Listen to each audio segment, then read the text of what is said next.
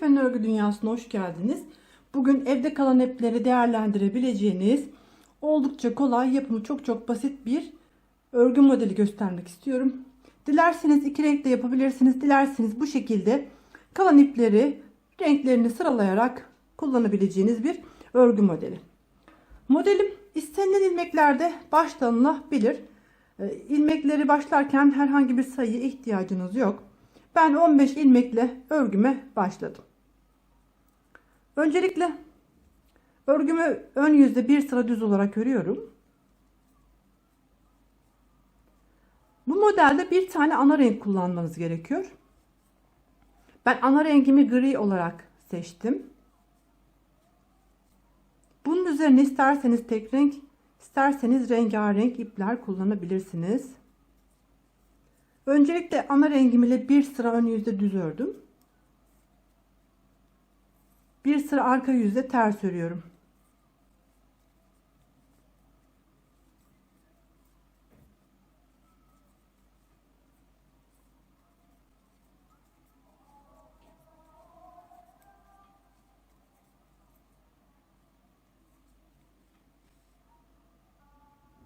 Tekrar örgümün ön yüzündeyim ve 3. sıradayım. Bir sıra daha ilmeklerimi düz olarak örüyorum. Modelimin arasında bu şekilde boşluklar, ara boşlukları veriyorum. Her modelin arasında 4 sıra boşluk veriyorum. Dilerseniz bunu 2 sıra, 4 sıra veya 6 sıra şeklinde istediğiniz şekilde değiştirebilirsiniz. Örgümün arka yüzündeyim ve son sıradayım. Tekrar bir sıra daha ilmeklerimi ters olarak örüyorum. Ana rengimizi 4 sıra örüyoruz. Model kısmı 2 sıradan oluşuyor. Renkli bölümü 2 sıradan oluşuyor. 4 sırayı tamamladım. Şimdi örgümün ön yüzündeyim ve 5. sıradayım. Bu sırada renkli ipime geçiyorum. Başlangıç ilmeğini ters olarak örüyorum. İpimi ön tarafa alıyorum. Bir sonraki ilmeğimi örmeden atlatıyorum. İpim bu sırada sürekli ön tarafta olacak. Bir ilmek ters örüyorum. Bir ilmek örmeden. Bir ilmek ters örüyorum. İpim tekrar benden doğru tarafta. Bir ilmek örmeden atlatıyorum. Bu şekilde sürekli ön tarafta devam ediyor.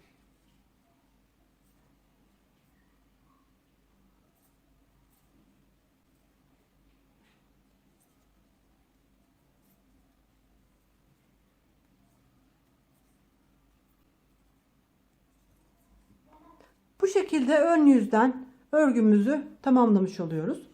Şimdi tekrar örgümün arka yüzündeyim. Bu sırada ilmeklerimi örmeden ipimi sadece ilerletiyorum. Örmeden atladığım ilmeğime gelince ipimi ön tarafa geçiriyorum. Benden doğru tarafa. Bu ilmeği örmeden alıyorum. Sonraki ilmekte ipimi arkaya alıyorum. Tekrar bu ilmeği örmeden atlatıyorum. Bu şekilde sıra boyunca ilmeklerimi örmeden sadece ipimi atlatıyorum. Örmeden aldığımız ilmeğe gelince ipimizi kendimize doğru alıyoruz. Daha önceki ördüğümüz ilmeğe gelince ipimizi arka tarafa alıyoruz.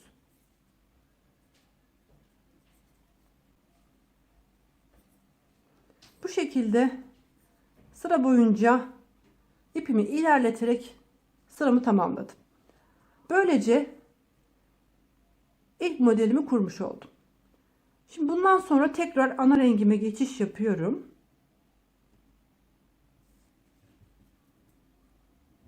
Bu şekilde ipimi arkaya almam lazım.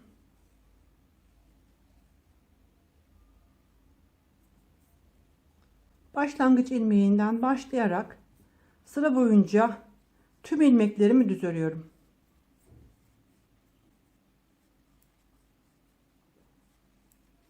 Modelinizin biraz sade görünmesini istiyorsanız bu şekilde her modelin arasındaki boşluk sırasını 4 veya 6 sıra şeklinde yapmanızı tavsiye ederim.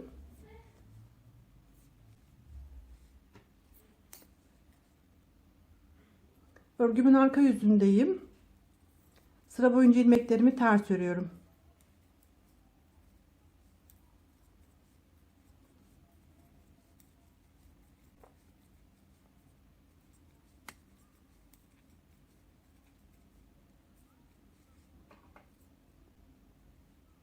şekilde 2 sıra boşluk verdikten sonra modeli uygulayabileceğiniz gibi bunu dediğim gibi 4 sıra 6 sıra şeklinde değiştirebilirsiniz.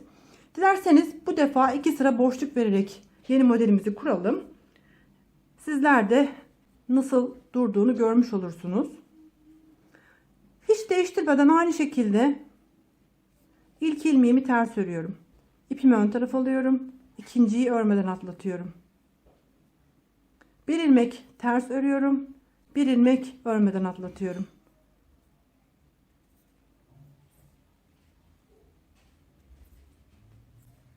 Bir ilmek ters, bir ilmek örmeden atlatarak devam ediyoruz.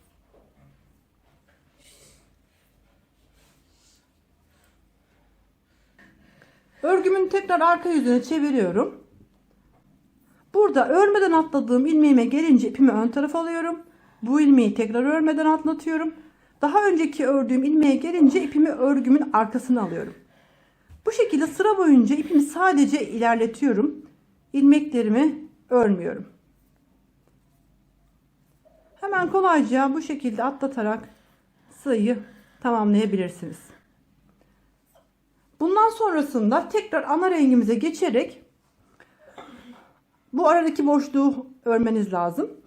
Bakın 2 sıra örerek tekrar modeli uyguladığımız zaman model böyle üst üste binmiş bir şekilde devam ederken arada 4 sıra boşluk bıraktığınız zaman biraz daha sade bir görünme kavuşmuş olacaktır. Modelimi bu şekilde 3,5 numara şiş ile yelek şeklinde çalıştım. Bebek geline uygulandığı zaman nasıl durduğunu görmenizi istedim. Ben bu parçada her rengin arasında 4 sıra ön yüzde düz, arka yüzde ters şeklinde boşluk verdim. Dediğim gibi bu boşlukları dilediğiniz şekilde ayarlayabilirsiniz. Çok basit bir model. Hemen kolayca ilerleyecek, çabucak bitecek bir model. Burası da örgümüzün arka yüzü. Sadece burada başlangıç kısmında ipimiz ilerliyor. Bunların renkleri aynı renkleri kullandığınız zaman üst üste atlattığınız zaman bir sıra çizgi halinde ipleriniz görünecektir. Bunu tığ yardımıyla içerisine alarak kaybedebilirsiniz. Gayet temiz, arka tarafı düzgün bir model. Yapmayı düşünen herkese kolay gelsin.